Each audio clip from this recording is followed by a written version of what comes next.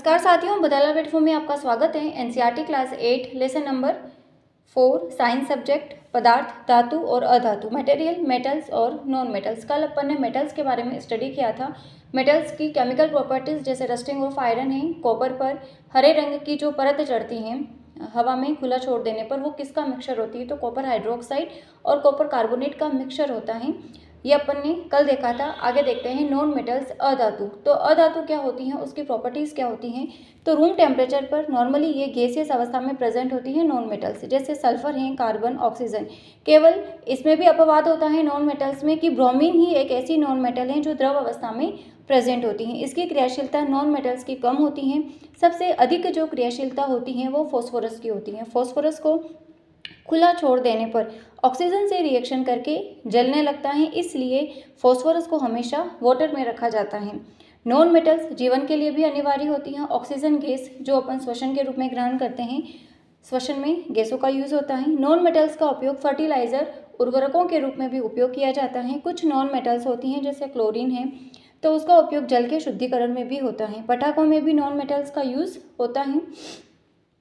और ये अपन ने नॉन मेटल्स देखी हैं। आगे इसमें ये क्वेश्चन इंपॉर्टेंट बनता है कि एक ऐसी कौन सी नॉन मेटल है जो लिक्विड फॉर्म में प्रेजेंट होती हैं? तो ब्रोमीन।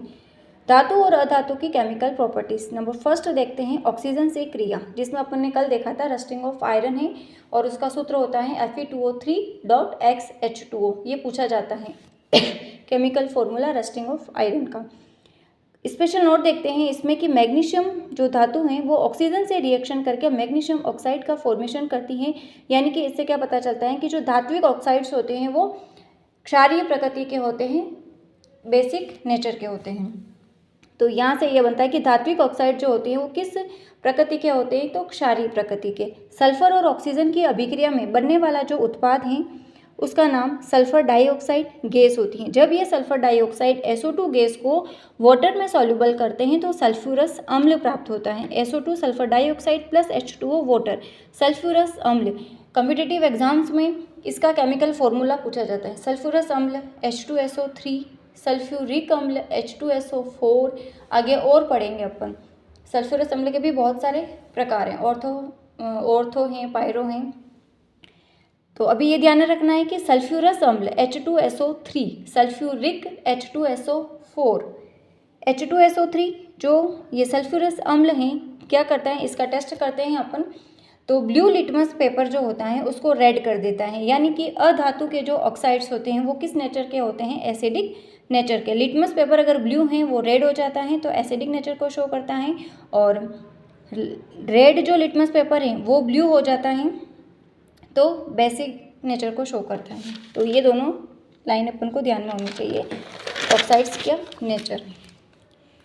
नंबर सेकंड है जल के साथ अभिक्रिया। सोडियम बहुत ही क्रियाशील धातु है, इसलिए यह जो होती हैं सोडियम ऑक्सीजन तथा H2O के साथ तीव्र रिएक्शन करती हैं। इसलिए सोडियम को किस में रखा जाता है? केरोसिन के तेल में रखा जाता है।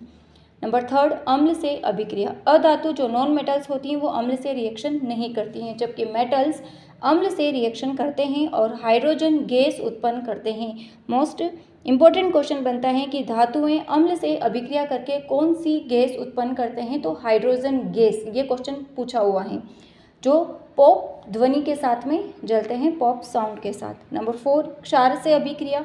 धातुएं जो होती हैं क्षार NaOH से रिएक्शन करके हाइड्रोजन गैस उत्पन्न करती हैं। अधातुएं जो होती हैं उनकी बेस से रिएक्शन जटिल होती है, नहीं होती हैं।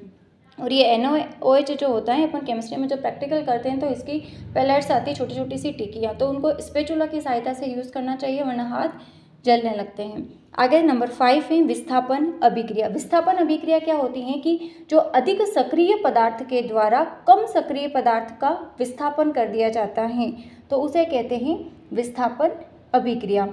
कि और कम सक्रिय धातु के द्वारा अधिक सक्रिय धातु का विस्थापन संभव नहीं होता है। जो अधिक सक्रिय धातु हैं वो ही कर सकती हैं, जैसे कॉपर सल्फेट है प्लस जिंक, तो इसका विस्थापन होता है, क्या बन जाएगा? ZnSO4 और ये कॉपर, ये नीला था ये कलरलेस हो गया।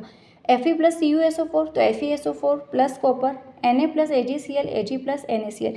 एक यहाँ पर स्पेशल नोट देखते हैं कि जो जिंक हैं वो कॉपर एंड आयरन से मोर रिएक्टिव है। एक अधिक रिएक्टिव धातु लेस रिएक्टिव यानी कि कम सक्रिय धातु को विस्थापित कर सकती हैं। जो अधिक रिएक्टिव धातु है, भाई जिसके पास कुछ भी सामान ज़्यादा होगा तो वो क्या होगा, जिसके पास कम है तो वो उसको विस्थापित ही करेगा, लेकिन जो लेस रिएक्टिव है वो मोर रिएक्टिव धातु को विस्थापित नहीं कर सकती। जिसके पास बहुत ही ज़्यादा कुछ है तो वो बहुत कम कुछ है तो वो ज़्यादा वाले का कुछ नहीं बिगाड़ सकता। अपन को थोड़ा सा ये ध्यान रखना है यहाँ पे। ये जो कंसेप्ट है वो एक इलेक्ट्रोकेमिकल सीरीज आती हैं उससे चलता है। थोड़ी सी अभी अपन देखते हैं, बाकी ये बड़ी क्लास में आती हैं। लेकिन जैसे कि लिथियम है, potassium, barium, calcium, sodium, magnesium, aluminium, manganese, zinc, chromium, iron, निकल, कॉपर, तो ये इधर से जब ऐसे बढ़ते हैं ना तो इसकी जो रिएक्टिविटी होती है वो कम हो रही है।